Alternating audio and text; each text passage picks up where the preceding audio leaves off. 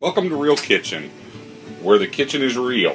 This is no studio kitchen. This is my kitchen. This is your kitchen. This is a dirty dishes kitchen, but it is a real kitchen. I'm not playing when I say this is a real kitchen. You never know what you might see. You might see this. There's a very good possibility you will also see this. You're also going to see a lot of this.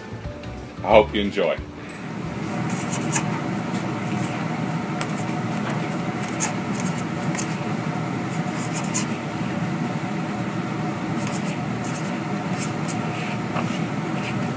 Braised beef in wine. Well, what you're going to need is a beef pot roast, white wine, olive oil, onions, mushrooms, some apple juice, some red potatoes, and anything else you can think of. So to begin, we're going to start out with a little bit of prep. Start out by chopping up an onion.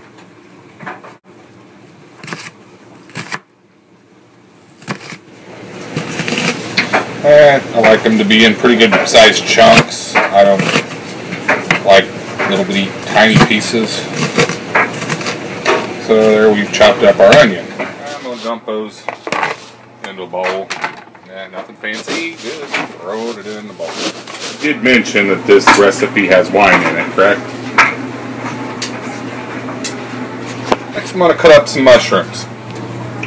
You don't have to cut them up too much, just a couple slices here and there. Like I said, I like the stuff in my food to actually be a little chunky, something you can get a fork into. Plus I really like mushrooms, and if you cut them too small, before you know it, you won't even realize you have mushrooms even in your recipe. One thing I like to do with mushrooms is get you a little beef broth, throw them in whole, just throw the whole thing in and boil them. It's just really good as a side dish. Maybe a little onion, a little garlic in with it. But this is going in my beef, my braised beef. It don't really matter how many. There's no real recipe here on this show. Gotta eat one every now and then. Going into my bowl too. You know, it's hard to do this by yourself. Itty bitty potatoes. Normally when I use this size of a red potato, I'll just throw the whole potato in. I won't do anything with it. But I think for this, I'm going to actually cut these in half. Don't really need a whole lot of them. With my diabetes, I'm kind of on a low carb diet anyway. Gotta have a little bit of carb though. You can't, as my fitness coach said today, you have to have some carbs. You can't just completely go carb free. You do, and you're going to end up making yourself sick. Plus, these are pretty red potatoes. It makes the whole thing look a little bit prettier. It's not just about how good it is, it's how it looks. At least that's what I think. Presentation. But then again, I'm no Chef Ramsay. Now that you've got all that prepped, the other ingredients I'm going to use today, I have, it's a cheap wine, but you know, who wants to use a $30 bottle of wine in something you're going to cook? I've got Worcestershire sauce, olive oil, apple juice, and mine.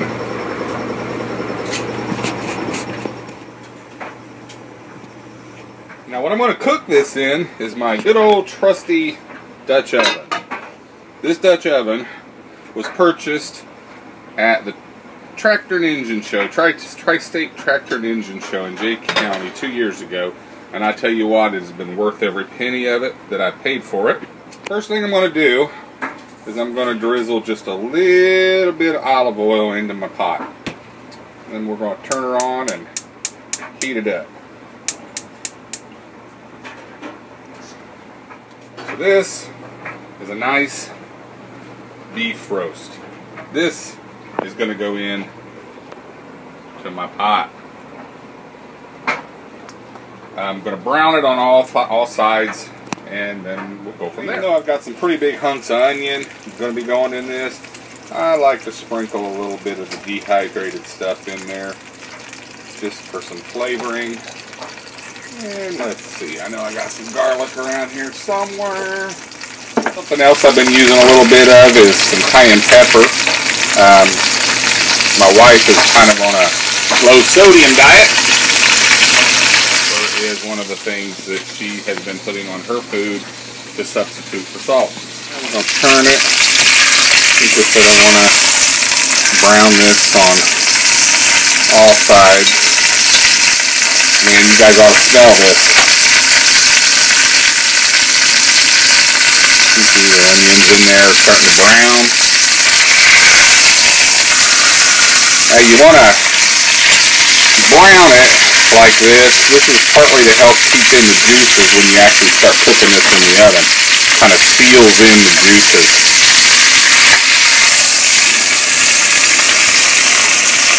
I got a second one of these. I'm trying to decide whether I need both.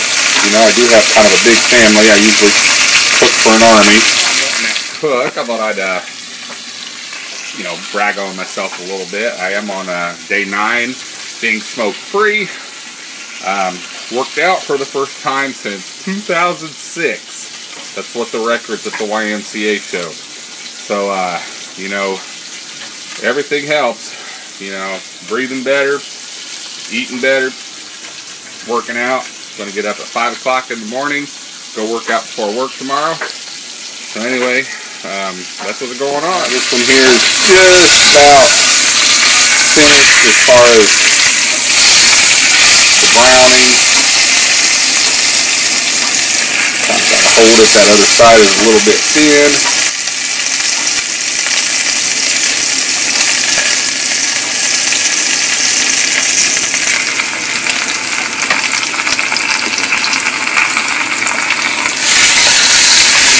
Good browning it on all sides. Kind of flip it around a little bit. I think I'm just going to do one. I think that looks good. Now, I'm going to season this up a little bit with some Worcestershire sauce. I like a lot of Worcestershire sauce. Let that sit down a minute. The fun part, we're going to pour some wine in that. Get a good amount in there. Then I'm going to dump in the mushrooms, the potatoes, and the onions. Just dumping all that, just dump it right on top. Just like I don't want to, you know, pour in just wine. We're going to pour some apple juice in on top of this. Just until we get it right up there, just kind of cover everything up real good. Kind of give it a little stir. There we go.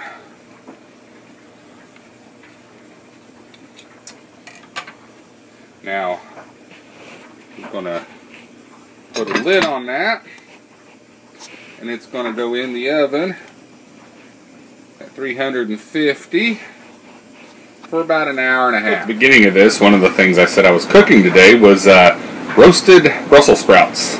Well, for some reason, I bought 2 bags of Brussels sprouts, and they're gone. Somewhere between the grocery store and here, they disappeared.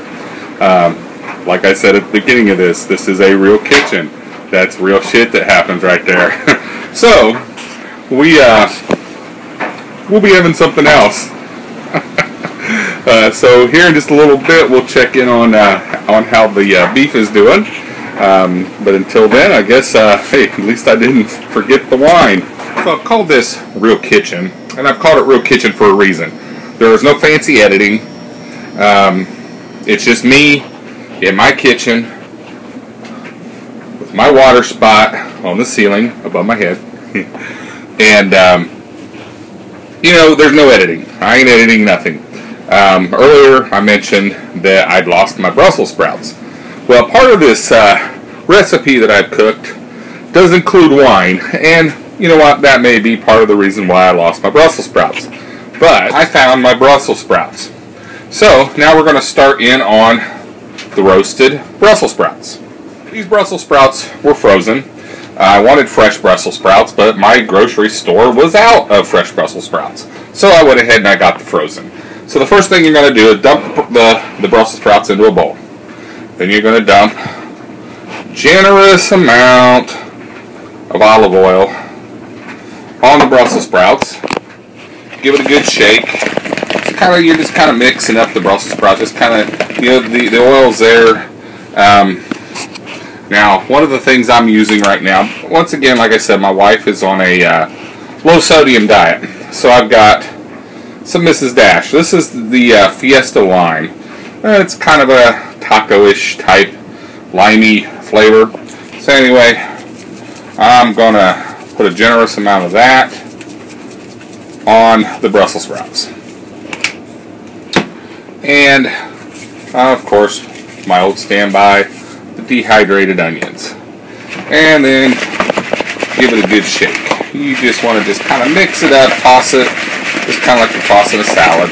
You just want everything to just kind of blend together, mix it up a little bit. Anyway, that once again is also the wine in this recipe talking. And then I've got my trusty old baking dish. And we're just going to dump that entire mixture into the baking dish. Spread it out so that it's one layer.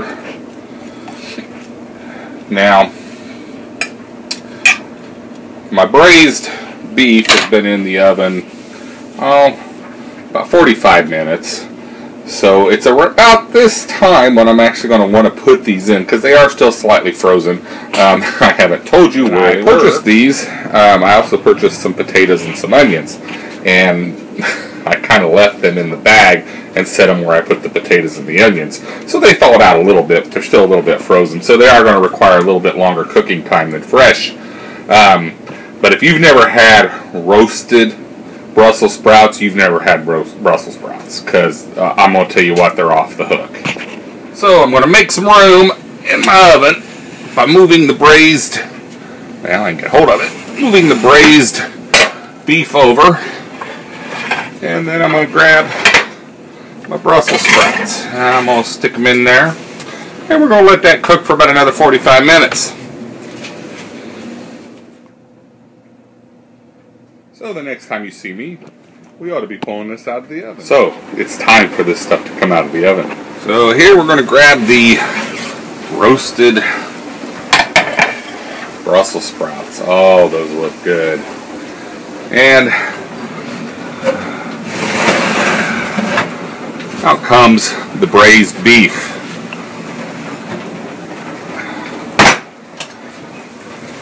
Oh yeah. Now, I don't know if you guys know, but anytime you cook a large piece of meat in the oven, you should let it rest for, 10 to 15 minutes, just to kind of let the juices stay inside, so that if you cut it now, it's all going to leak out. But, I don't know, with braising, I don't know if that's really the case. Braising is basically, you're taking a cheaper cut of meat, and you're boiling it, braising it, cooking it as the fats and the stuff kind of melt to make the meat a lot more tender. So I'm going to go ahead and put the lid back on this, and we're going to let it set for 15 minutes. So it's time for my beef to come out of the Dutch oven. Oh, that looks good.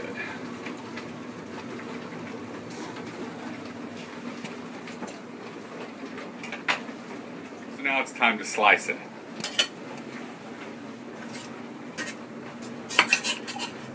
Oh, that looks good. So that concludes this video of how to do braised beef and roasted Brussels sprouts. But I cannot judge my own food. So we're going to ask the expert.